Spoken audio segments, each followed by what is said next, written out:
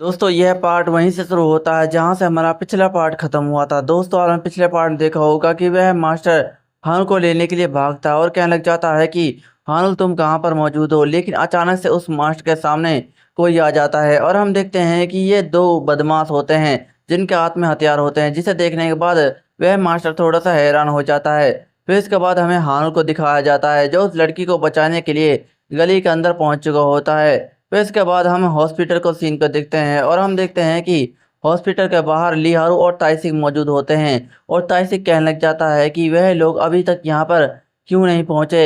मैं बहुत ही ज़्यादा परेशान हो रहा हूँ। फाइट जल्द ही स्टार्ट होने वाली है और फाइट से पहले हानुल को हॉस्पिटल में आकर आखिरी बार चेकअप कराना था, लेकिन अभी तक वह यहाँ पर बिल्कुल भी नहीं आया है। जिसे सुनने के बाद लिहारू कहने लग जाती है कि यह तो काफ़ी ज़्यादा अजीब है, हानुल और अंकल दोनों ही मेरा फ़ोन नहीं उठा रहे। जिसे सुनने के बाद ताइसिक हैरान हो जाता है और कहने लग जाता है कि कहीं उन दोनों को कुछ हो तो नहीं गया। जिसे सुनने के बाद लिहारू कहने लग जाते हैं कि नहीं, हम ऐसा नहीं होने दे सकते। अगर हम इस फाइट को हार गए तो हम सब कुछ हार जाएंगे, हम सब के सब मारे जाएंगे।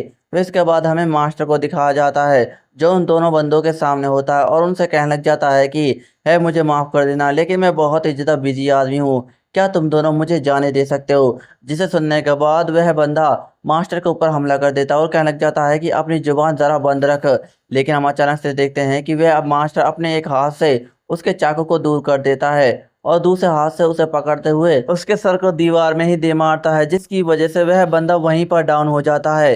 लेकिन अचानक से वह दूसरा बंदा उस मास्टर के पीछे हमला कर देता है, लेकिन हम देखते हैं कि वह मास्टर उस बंदे को भी अपने दरवाजे से बाहर फेंक देता है और वहां से बाहर निकलते हुए कहने लग जाता है कि हाँ तुम कहाँ पर मौजूद हो। लेकिन अचानक से उस मास्टर के पीछे कोई खंजर चला देता है, जिसे देखकर वह मास्टर काफी ज्यादा हैरान हो जाता है और हम देखते हैं कि वह बंदा उस मास्टर के पीठ में वह खंजर घुसा देता है। जिसे देखने के बाद वह मास्टर अपने मन में कहने लग जाता है कि हाँ मुझे माफ कर देना। लेकिन हम अचानक से देखते हैं कि वहां पर दूसरा बंदा आता है और वह बंदा भी उस मास्टर के पेट में अपना एक जोरदार खंजर घुसा देता है। फिर इसके बाद हमें हॉस्पिटल का सीन दिखाया जाता है जहां पर ताइसी कह रहा होता है कि आखिरकार वह लोग दुनिया में कहाँ हैं। कांग हानुल अभी तक यहाँ पर नहीं आया, उसका मैच अब जल्दी ही स्टार्ट होने वाला है, उसमें बहुत ही ज़्यादा कम समय बचा है, लेकिन अभी तक वे लोग यहाँ पर नहीं पहुँचे। जिसे सुनने के बाद लिहारू कहने लग जाते हैं कि मुझे बहुत ही ज़्यादा बैड फीलिंग आ रही है और अचानक से वह वहाँ से भागने लग जाती है और कहने लग जाती है कि जिम के अंदर जरूर से कुछ हुआ होगा, मुझे वहाँ पर जाना होगा। जिसे सुनने के बाद ताइसिक हैरान हो जाता है और कहने लग जाता है कि रुको जरा, मैं भी आता हूँ। फिर इसके बाद हमें टैक्सी स्टॉप को दिखाया जाता है जहाँ पर बहुत सारी टैक्सी होते हैं और हम देखते हैं कि लियारू वहाँ पर पहुँच चुकी होती है, लेकिन वहाँ पर टैक्सी के लिए बहुत सारे बंदों की एक लंबी लाइन लगी हुई होती है। जिसे देखने के बाद लियारू हैरान हो जाती है और कहने लग जाती है कि यह तो बहुत ही ज़्यादा लंबी लाइन है। जिसे सुनने के बाद ताइसे कहने लग जाता है कि हम इतनी देर इंतज़ार नहीं कर सकते, रुको जरा मैं एक कैब बुक कर लेता हूँ। जिसे सुनने के बाद लियारू कहने लग जाती है कि जल्दी करो, हमारे पास बिल्कुल भी टाइम नहीं है। जिसे सुनने के बाद ताइसे कहने लग जाता है कि धत्तेरी की यह जगह हमारे शहर से बाहर है, जिसकी वजह से हमें इसे पहुंचने में 10 मिनट से भी ज़्यादा समय लगेगा, हम कैब की मदद से इतनी जल्दी नहीं पहुंच सकते।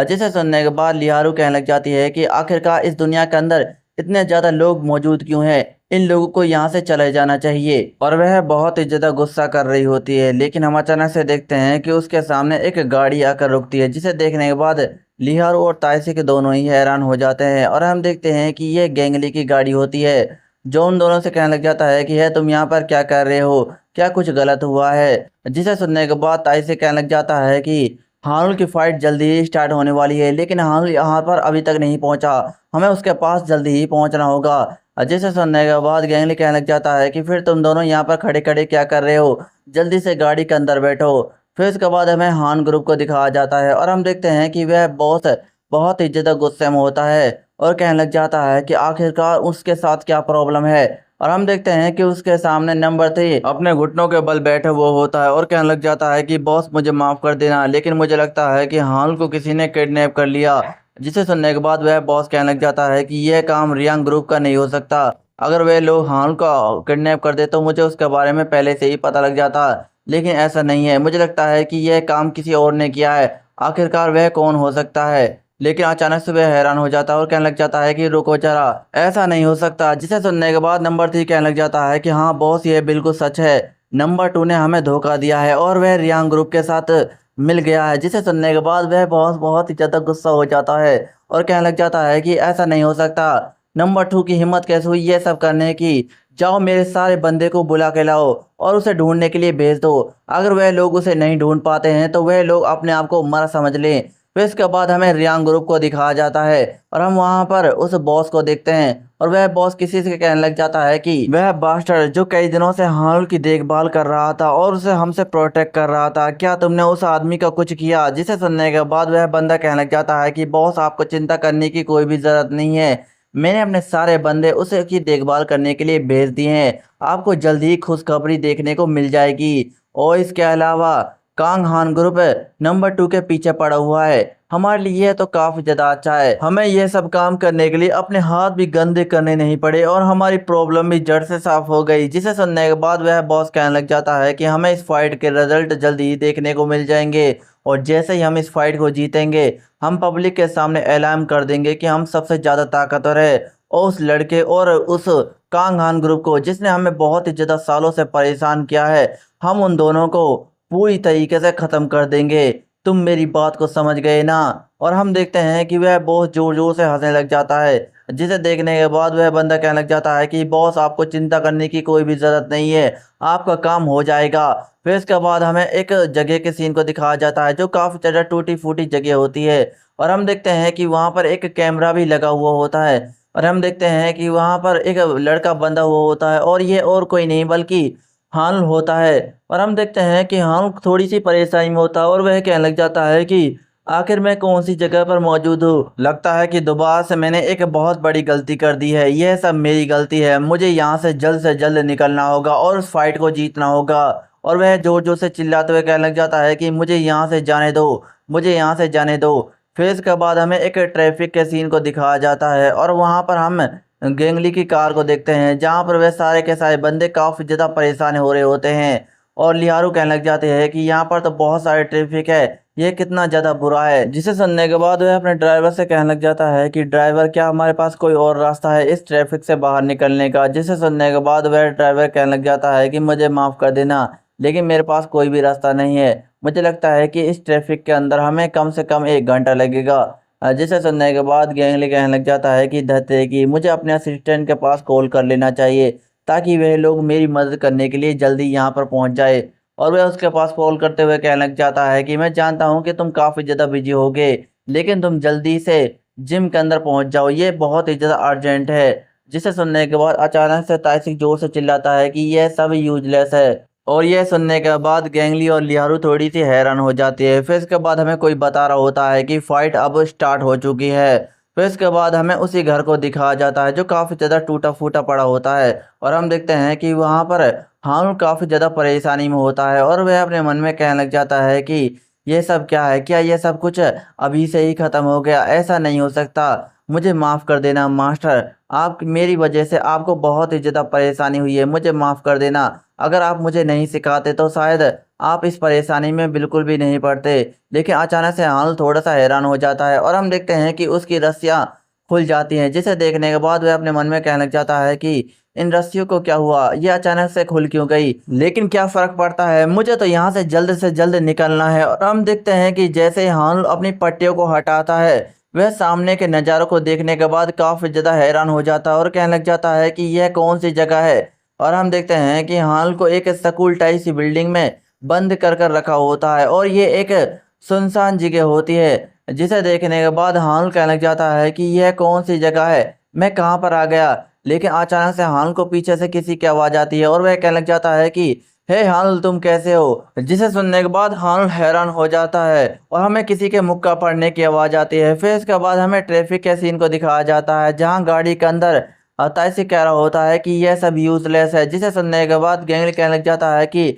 आखिरकार क्या हुआ? जिसे सुनने के बाद ताइसी कहने लग जाता है कि मुझे लगता है कि रियांग ग्रुप ने हान को किडनैप कर दिया है, अब हम पूरी तरीके से मर चुके हैं। लेकिन अचानक से लियारू अपने फ़ोन को देख रही होती है और कहने लग जाती है कि 1 मिनट रुको जरा, यह क्या है? जिसे सुनने के बाद ताइसी कहने लग जाता है कि क्या हुआ? और लियारू बताने लग जाती है कि यह तो लाइव ब्रॉडकास्ट है, वह भी हानुल की फाइट का। जिसे सुनने के बाद ताइसिक बहुत ही ज़्यादा हैरान हो जाता है और उस फ़ोन को छीनते हुए कहने लग जाता है कि है तुम क्या बात कर रही हो, ऐसा नहीं हो सकता। भला वह लोग फाइट के बिना लाइव ब्रॉडकास्ट कैसे कर सकते हैं, ये नामुमकिन है। और हम देखते हैं कि ताइसिक उस फ़ोन में कुछ देखने के बाद बहुत ही ज़्यादा हैरान हो जाता है और कहने लग जाता है कि यह तो हानुल है। जिसे सुनने के बाद वह बंदे भी हैरान हो जाते हैं। फिर इसके बाद हमें एनएचसी ब्रॉडकास्टिंग कंपनी को दिखाया जाता है और वहाँ पर हमें लाइव ब्रॉडकास्ट रूम को देखते हैं, जहाँ पर एक डायरेक्टर किसी से बात कर रहा होता है और कहने लग जाता है कि सर हमारी कंपनी की रेटिंग तो आसमान छू रही है। आपने जैसा हमको करने के लिए कहा था वैसा ही हो रहा है। आपने हान को किडनैप करने के लिए कहा था, जिसकी वजह से ये एक रियलिटी शो बन गया है और पब्लिक इसके लिए पूरी तरीके से पागल हो चुकी है।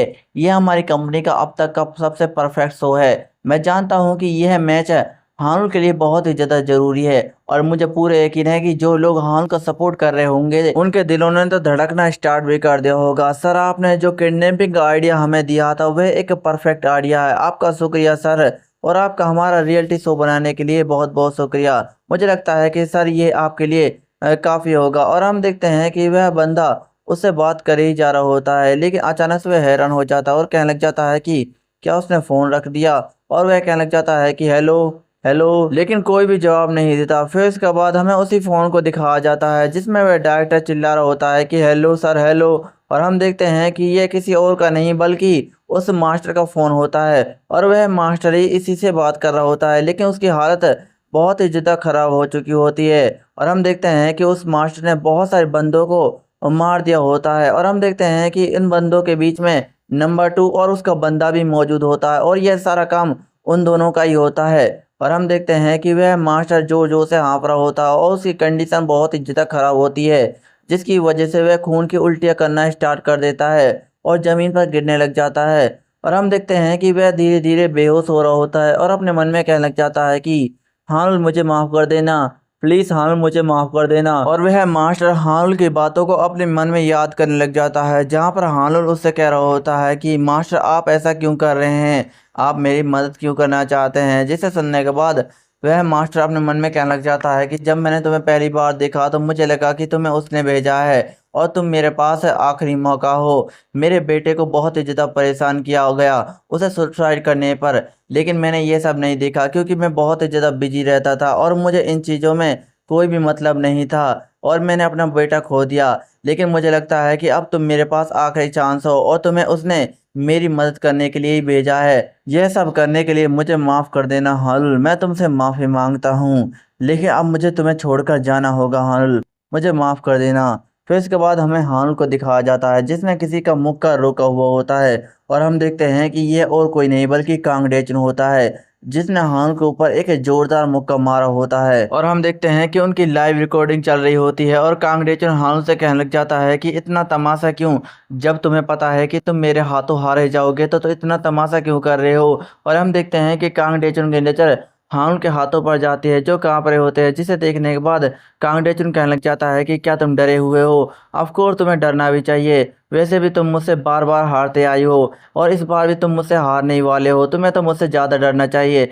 जिसे सुनने के बाद हानुल जोर जोर से हंसने लग जाता है, जिसे देखने के बाद कांगडेचन हैरान हो जाता है और हानुल कहने लग जाता है कि क्या मैं डरा हुआ हूँ, तुम बेवकूफ़ कहीं के। और हम देखते हैं कि अचानक से हानुल उछलता है और कांगडेचन से कहने लग जाता है कि मैं सिर्फ इसलिए डर रहा था कि कहीं मैं तुम्हें मारने का चांस अपने हाथों से ना खो दूं। और हम देखते हैं कि हानुल एक जोरदार लात कांगडेचन के मुंह पर दे मारता है और हम देखते हैं कि यह लात इतनी ज़्यादा जोरदार होती है कि कांगडेचन उड़ता हुआ बेंचों से जाकर टकराता है। लेकिन हम देखते हैं कि हानुल यहीं पर ही नहीं रुकता, वह भागता हुआ कांगडेचन को मारने के लिए दोबारा से उछलता है और कहने लग जाता है कि मैं तुझ जैसे बास्टर को कभी नहीं छोड़ूंगा, मैं तुम्हारी बदमाशी को ही ख़त्म कर दूंगा। और हम देखते हैं कि हानुल एक जोरदार लात दोबारा से कांगडेचन को मार देता है। लेकिन हम देखते हैं कि हानुल जैसे ही नीचे देखता है कांगडेचन वहाँ पर बिल्कुल भी मौजूद नहीं होता। लेकिन हम अचानक से देखते हैं कि कांगडेचन हानुल के ऊपर हमला करने के लिए साइड से निकलता है, जिसे देखने के बाद हानुल हैरान हो जाता है और हम देखते हैं कि कांगडेचन एक जोरदार पंजा हानुल के चेहरे पर दे मारता है, जिसकी वजह से हानुल की हालत ख़राब हो जाती है और उसके मुंह से भी खून निकलने लग जाता है। लेकिन हम देखते हैं कि कांगडेचन दोबारा से हानुल की कॉलर को पकड़ लेता है और उसे अपने एक ही हाथ की मदद से हवा में उठा देता है और कहने लग जाता है कि मुझे तुम जैसे लूज़रों से नफरत है जो बार बार खड़े होते रहते हैं। मुझे तुम जैसे लूजर नहीं चाहिए। तुम तो एक कुत्ते की तरह हो जो मेरे हाथों से रोजाना मारा जाता है। और हम देखते हैं कि कांग डेचुन उसे जमीन पर पटक देता है, जिसकी वजह से हानुल की हालत बहुत ही ज़्यादा खराब हो जाती है। और हम देखते हैं कि उसका बहुत ही ज़्यादा ब्लड आ रहा होता है। और हम देखते हैं कि हानुल धीरे धीरे खड़े होने की कोशिश कर रहा होता है, जिसे देखने के बाद कांगडेचुन कहने लग जाता है कि तुम्हें मुझे दोष देने की कोई भी ज़रूरत नहीं है, क्योंकि तुम्हारी ये हालत तुम्हारे ही लोगों ने की है। जब इस दुनिया के अंदर कोई इंसान पैदा होता है तो यह दुनिया उसे कमज़ोर और लूज़र बना देती है और कहीं का भी नहीं छोड़ती।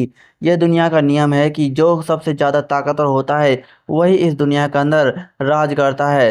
तुम्हें बदमाशों को ब्लेम करने की कोई भी ज़रूरत नहीं है। ये सारी की सारी गलती उन लोगों की है जो कमज़ोर और बुज़दिल पैदा होते हैं। ये सब उनकी गलती है। और हम देखते हैं कि बहुत सारे बंदे हानुल की फाइट को लाइव देख रहे होते हैं, लेकिन कांग डेचुन की बातें सुनने के बाद वह बहुत ही ज़्यादा उदास और रोने लग जाते हैं। लेकिन हम देखते हैं कि कांग डेचुन अपनी एक कुर्सी उठाता और कहने लग जाता है कि इन पैथेटिक लूजर्स को तो इस दुनिया से बाहर निकाल देना चाहिए, क्योंकि ये सारी की सारी गलती इन लोगों की ही होती है। और हम देखते हैं कि कांग डेचुन उस कुर्सी से उस कैमरे को तोड़ देता है और कहने लग जाता है कि उन लूजरों को ये सब देखने की कोई भी ज़रूरत नहीं है, उन्हें सिर्फ निराशा ही होगी। और हम देखते हैं कि कांग डेचुन अपनी एक लकड़ी उठाता है और हानुल के पास चला जाता है और कहने लग जाता है कि तुम्हें सचमुच तुम्हें मुझ पर ब्लेम डालने की कोई भी ज़रूरत नहीं है। तुम्हें तो उन लोगों पर ब्लेम डालना चाहिए जिन लोगों ने तुम्हें इस दुनिया के अंदर पैदा किया है। उन लोगों को तुमसे माफ़ी मांग लेनी चाहिए, यानी कि तुम्हें अपने माँ बाप को ब्लेम डालना चाहिए।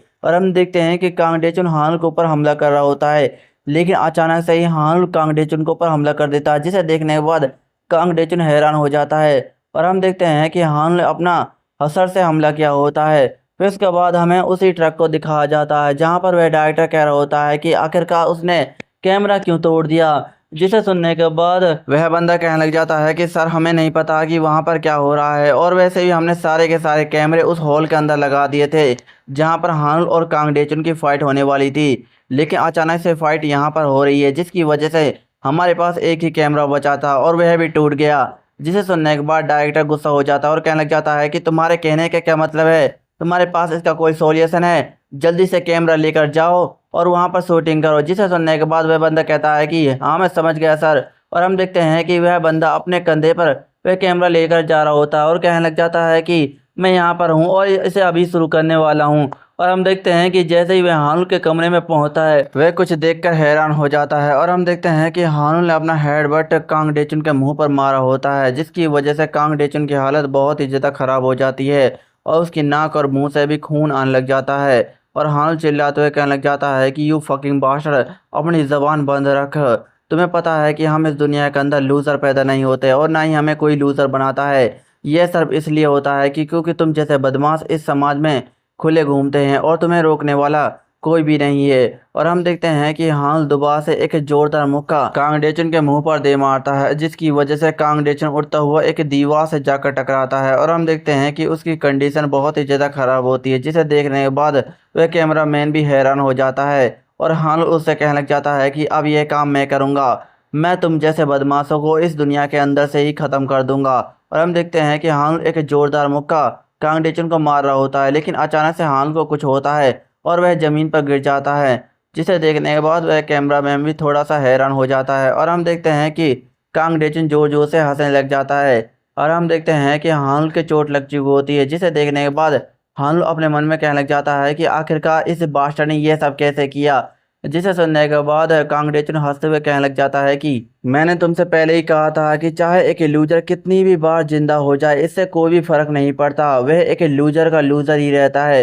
और हम देखते हैं कि कांग डेचुन एक जोरदार लात हानुल की उसी चोट पर दे मारता है, जिसकी वजह से हानुल को बहुत ही ज़्यादा दर्द होता है। और हम देखते हैं कि वह बेंचों से जाकर टकराता है, लेकिन हम देखते हैं कि कांग डेचुन यहीं पर ही नहीं रुकता, वह अपना दूसरा हमला करते हुए हानुल के पेट पर एक जोरदार लात दे मारता है और कहने लग जाता है कि तुम जैसे लूजर को ऐसे ही मारना चाहिए। और वह लगातार उसे मारे ही जा रहा होता है, जिसे देखने के बाद कैमरामैन भी हैरान हो जाता है और कहने लग जाता है कि प्रोड्यूसर यहाँ पर बहुत बड़ी गड़बड़ चल रही है, हमें यहाँ पर जल्दी सेफ्टी स्टाफ को बुलाना होगा। जिसे सुनने के बाद वह प्रोड्यूसर कहने लग जाता है कि नहीं, तुम वहीं पर खड़े रहो, तुम्हें यह सब करने की कोई भी ज़रूरत नहीं है। जैसी फाइट चल रही है उसे चलते ही रहना। जिसे सुनने के बाद कैमरामैन भी बहुत ही ज़्यादा हैरान हो जाता है। और दोस्तों इसी के साथ ही हमारा यह चैप्टर एंड हो जाता है। दोस्तों कल तक यह मानवा पूरा ख़त्म हो जाएगा। दोस्तों आपको यह मानवा कैसा लगा कमेंट में ज़रूर बताएं। आपको वीडियो अच्छी लगी है तो वीडियो को लाइक एंड चैनल नए हो चैनल सब्सक्राइब कर लीजिए। मिलता है अगली वीडियो में। धन्यवाद।